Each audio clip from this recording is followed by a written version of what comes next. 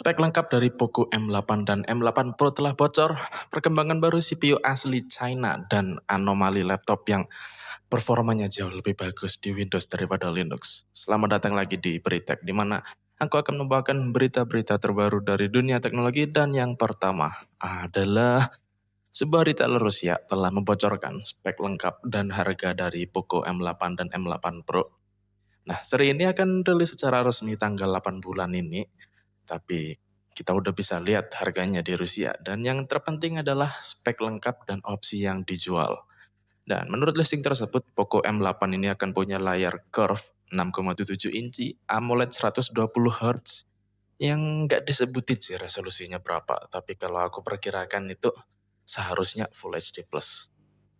Untuk chipsetnya Snapdragon 6 Gen 3, dan kalau lihat modul kameranya itu, walaupun kelihatannya ada 4, cuma ada satu yang beneran, yaitu kamera utama 50 megapiksel. Dan untuk kamera depannya ada sensor 20 megapiksel juga. Untuk baterainya dia 5520 mAh yang mendukung charging 45 watt.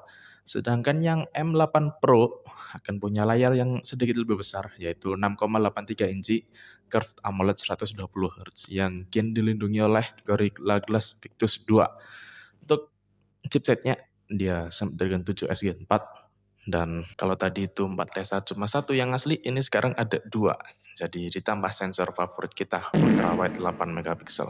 Serta ada juga kamera depannya itu 32 megapiksel. Baterainya jauh lebih gede, 6500 mAh, dan chargingnya juga ngebut 100 watt. Untuk harganya sih jangan diperhatikan ya, karena beda jauh lah harga sana dengan harga Indo. Tapi kita masih bisa lihat opsi-opsinya yang akan dijual nanti. Untuk yang M8 biasa ada opsi 8256 dan 8512, sedangkan yang M8 Pro itu sama, ada 8256, tapi di atasnya itu 512. Jadi ini cukup oke dalam spek menurutku. Dan Poco seharusnya sih sangat kompetitif ya soal harga di kelasnya. Tapi mending tunggu aja harga resmi lokalnya dulu. Dan selanjutnya, pabrikan CPU asli China telah membagikan beberapa fitur dan sedikit spek yang akan dipunya oleh CPU generasi selanjutnya, KX8000. Nah, Shaoxin ini adalah perusahaan CPU X86 dari China yang berdiri sejak 2013, dan mereka ini nggak seperti Hygon itu yang arsitekturnya itu berdasarkan Zen 1 punya AMD. Kalau Shaoxin ini sejak 2017 mereka udah pakai desain yang sepenuhnya milik mereka sendiri.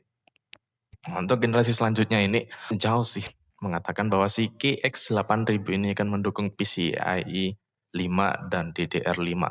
Mereka menambahkan jika KX8000 ini akan diposisikan di segmen value dan embedded dengan peningkatan performa yang besar katanya. Ia akan mencapai clock speed hingga 4 GHz dan integrated graphics-nya akan mempunyai performa tinggi.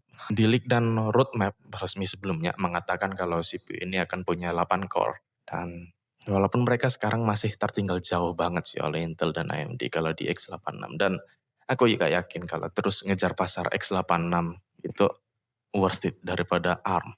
Tapi aku harap mereka bisa mengejar ketertinggalan mereka dan menjadi opsi ketiga lah di pasar X86. Karena dari dulu kan cuma dua doang yang benar-benar jadi opsi yang reliable. Dan selanjutnya, Linux. Biasanya kan punya performa yang lebih baik, terutama untuk 3D rendering yang berbasis CPU. Intinya yang heavy multithreading lah, karena schedulernya itu yang lebih efisien dan lebih baik untuk menangani core thread yang banyak. Nah, laptop ini malah membaliknya dengan mempunyai performa jauh lebih baik di Windows daripada di Linux. Dan laptop ini adalah laptop favorit segala umat, yaitu ThinkPad. Tepatnya ThinkPad P1 Gen 8. Laptop ini punya Core Ultra 7 255H, RAM-nya 64 GB, LPDDR5 7467 MB transfer per second, dan pakai GPU Nvidia RTX Pro 1000. Phoronix menjalankan benchmark ini di Windows 11 dan Ubuntu versi 24.04.3 LTS. Nah, keduanya dengan kernel bawaannya dari pabrik dan juga kernel Linux 6,18 Git untuk mencoba jika itu adalah bug dari kernel Linux-nya. Tapi ternyata hasilnya itu masih sama aja, Windows 11 itu lebih bagus.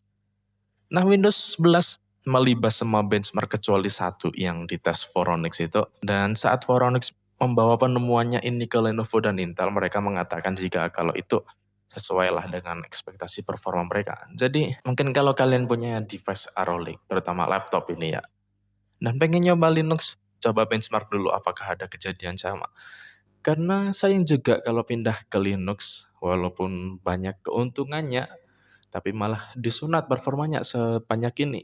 Jadi patut diperhatikan. Kita balik ke HP lagi yaitu OnePlus mengkonfirmasi baterai dari Turbo 6 dan 6V mereka yang akan datang.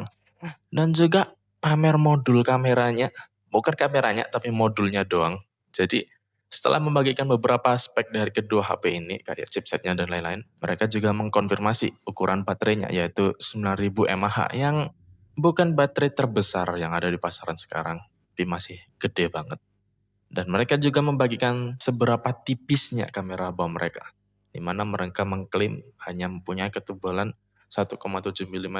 Ya, gak heran sih, kameranya juga bukan kamera yang spesial untuk harganya. Karena emang HP ini kan fokusnya di performa, tapi agak aneh aja pamer kamera BAM gitu.